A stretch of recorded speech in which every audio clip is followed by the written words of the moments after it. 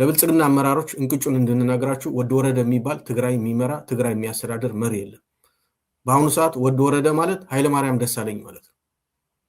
ከመለስ ዜናዊ ሞት በኋላ ብሔሩ ደቡብ ስለሆነ ብቻ ጠቅላይ ሚኒስትር የሆነው ኃይለማርያም ደሳለኝ ማለት አሁን ትግራይ ውስጥ ያለው ወድ ወረደ ማለት ነው። አብይ አህመድ ለወድ ወረደ ቀጭን ትዕዛዝ አስተላለፈ አልተላለፈ፣ ተናገረ አልተናገረ፣ ወድ ወረደ በትግራይ ምንም የማድረግ መብት የለውም፣ ፓወርም የለውም። ለዛም ብቁ መሪ አይደለም።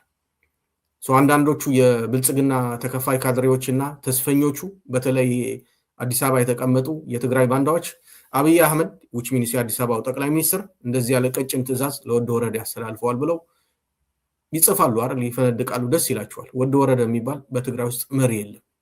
ወድ ወረደና ኃይለማርያም ደሳለኝ እኩል ናቸው።